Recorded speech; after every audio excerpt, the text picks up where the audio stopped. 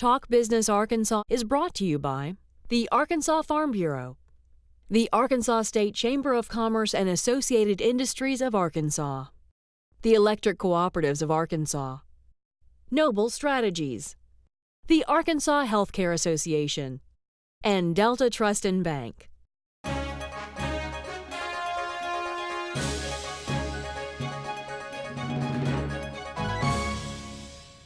I'm joined now by David Sterling. He is a Republican candidate for Attorney General in 2014. We're still early in 2013, but hey, why not? Let's go ahead and get in early. Welcome to the program. Thanks for being here. Well, thank you. I appreciate it. All right, David. Why are you running for Attorney General, and why did you have to get out so early? It seems like everybody's starting to kind of lay the foundation now. Is this just the way campaigns are? Well, I don't know if it's the way campaigns are. As I was looking forward to 2014, trying to figure out who to support as an Attorney General candidate, I was noticing that there was really no one putting their hat in the ring, and I feel like this is a very important position in 2014 and really needs a strong conservative leader in the AG's office.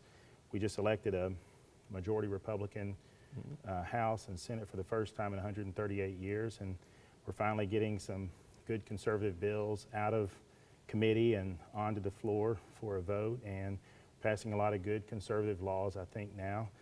And I think that we need an Attorney General who shares those conservative values. So as I was looking around trying to figure out who to support and realizing no one was really jumping in there early, I decided that I'll throw my hat in the ring and try to represent the conservative movement in Arkansas. You pointed out some things in your announcement that you wanted to stand for, protecting life, obviously some of the standing up to the federal government when they're pushing things down on state governments and things like that, but that was obviously by calculation. You want to stake out your position of where you stand on some particular issues. Well, it's not about staking out a position. I mean, it's the position I've always had. I've been involved in Republican politics for a long time. I was president of Teenage Republicans in high school, and in college I participated in Governor Huckabee's first run into politics. He ran for Senate against Dale Bumpers in 1992, and I participated in that election and helped him here in Pulaski County. And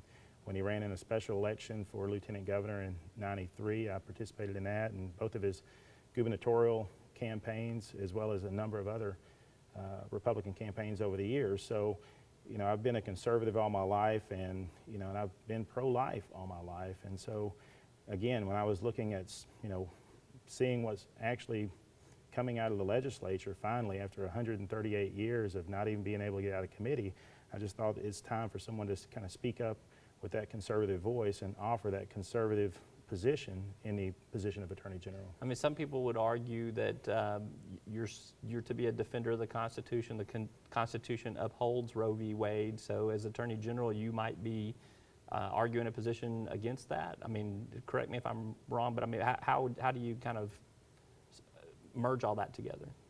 Well, I think that, slavery was constitutional at one point in our nation's history, and right now abortion is constitutional under Roe v. Wade and Casey versus Planned Parenthood. And even in the Casey versus Planned Parenthood case, it moved back the time in which women are not allowed to have abortion, beginning with the date that the fetus is viable outside the womb. But even as I was learning constitutional law in law school, we were kind of warned that that line of fetal viability outside the womb was kind of a moving target. And that was 20 years ago when Casey versus Planned Parenthood came out. So, now we've got medical technology that says a fetus can feel pain at 20 weeks. And we have medical technology that says that you can detect the heartbeat of a fetus using an abdominal ultrasound at 12 weeks. So we've got advances in medical technology that I think are going to push that line back to an earlier date than just the date of fetal viability as it was defined in 1992 and 1993. All right, hold that thought. We're going to get a little bit more of your background after this word from our sponsors. We're going to take a quick commercial break. We're back with David Sterling. He's a GOP candidate for Attorney General in 2014. I'm Roby Brock. This is Talk Business. I don't think it's going to be an easy conversation because they are very strong-willed. I think it's going to be important to us that we know that you're somewhere in a facility that looks after you, has compassion, has care, and you respect it. I mean, I'd love to look after them, I'd love to be able to take care of them, but I don't think I could. That'd be a wrong choice on my part. Arkansas's skilled nursing and assisted living centers provide quality care for our seniors.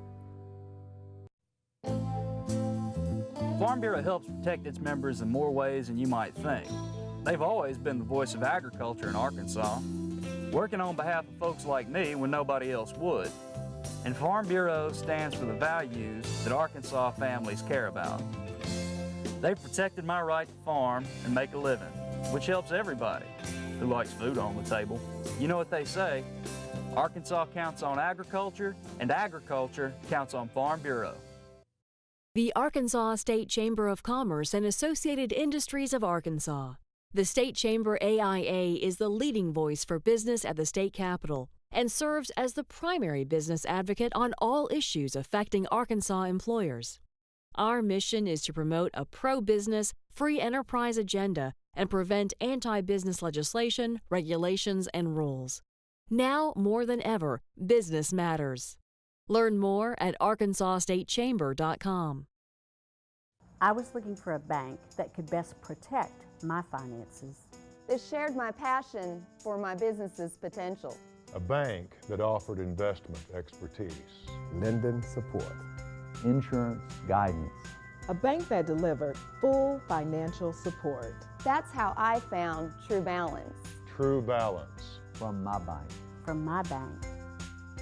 Delta Trust and Bank, the expertise to meet all your financial needs. One of the real advantages of electric cooperatives membership is having a voice in our state's energy future. Not a week goes by without important energy issues making headlines. These are issues that need to be discussed. And you should know that as policies are being developed, the cooperatives are looking out for our members, advocating what's best for you. We are your friends and neighbors. We are your local electric company. The electric cooperatives. We are Arkansas. We're back now with David Sterling. He's a candidate for Attorney General. He's a Republican candidate for Attorney General in 2014. I think a lot of people might not know you because you're new to politics in terms of being a candidate. Tell me a little bit about your background. Where do you practice law now? Tell me a little bit about your family, where you were raised, all that good stuff.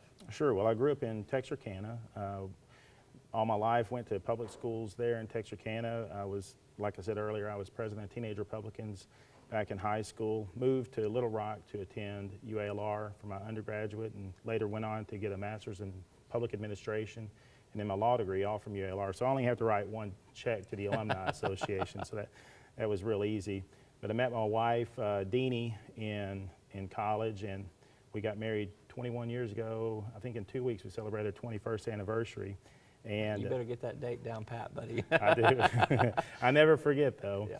But after law school, I didn't go to law school anticipating practicing law. I actually got my master's in public administration and developed an interest in city management, and always wanted to have a law degree, and I thought it would just, help me in the city management field. So after my second year of law school, going into my third year, I got an offer to be the assistant city manager in Hope, Arkansas, and they offered to hold that position open for me for a year as I finished up my third year of law school and passed the bar exam. So I did that, and after I finished that, I went to Hope and made a lot of lifelong friends and got plugged into a Bible study, a 52-week Bible study down there that I wouldn't have had the opportunity to participate in had I stayed in Little Rock, because my church didn't offer that. But got down there and made a lot of lifelong friends, and really had a great experience as the assistant city manager down there, understanding all the ins and outs of city government and municipal government. And after 14 months down there, decided to move back to Little Rock, get my wife a little bit closer back to her family who lives here, and then opened up my law practice and have done a variety of different practices. Yeah. I practice in business and commercial litigation primarily in state and federal court, and have been really involved in the Bar Association. You've got a solo shop though, hanging your shingle out there. That's right. I practice in a small firm with a really great attorney who was a great mentor to me, Bill Allen, for about 5 years, and then worked over at the Barber Law Firm doing defense litigation for about 4 years. Learned a lot of great things from a lot of great attorneys over there. And then about 6 years ago, decided to go out on my own and partnered up with a couple of friends of mine from law school and started our own firm, Cox Sterling McClure, out in North Little Rock near Maumelle. If you're if you wind up being the Attorney General, you will obviously get to deal with some things that Attorney Generals deal with day in and day out. When you look at the office of the Attorney General, and I would ask you just, I guess, in the context of a current event here, Dustin McDaniel is very active up in Mayflower with the Pegasus oil spill up there. How activist do you think you might be as an Attorney General? How might you play your role a little bit in terms of the Attorney General? Well, one of the themes of my campaign is that I want to, fight to rein in an overreaching federal government that seems to be creeping in on state authority year after year. I do think that with a lot of other people, I share the idea that the federal government has slowly crept in on state authority and individual liberties. Now, as far as the accident there in Mayflower, I think that the Attorney General should be active in making sure that that area is cleaned up properly.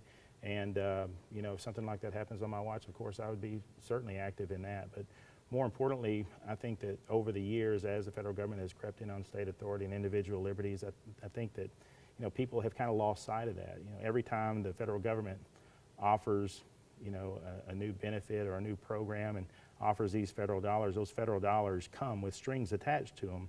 And it's those strings that kind of cause the federal government to slowly creep in on that state authority and individual liberties. So what does an Attorney General do to stop that creep as you describe it?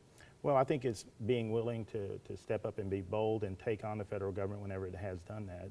In the last few years, you saw 28 states step up and sue the federal government over Obamacare. And the Supreme Court actually found that Obamacare was unconstitutional under the Interstate Commerce Clause. They did find that the fines and penalties that they were imposing were constitutional under the taxing authority under the Constitution, but the Supreme Court did severely rein in, the federal government under its authority under the Interstate Commerce Clause. And it takes that bold step of attorneys general throughout the country stepping up and actually being able to stand up for state authority and try to reclaim those original lines of demarcation between state government and federal government and those authorities that are lined out in the 10th Amendment. All right, he's David Sterling. He's a GOP candidate for Attorney General in 2014. Thank you for your time. Appreciate you. We'll have you back when the campaign gets rolling along a little bit more. Sounds good. I'm Roby Brock for the latest in business and politics. Keep up on our website at talkbusinessarkansas.com. We'll see you next time.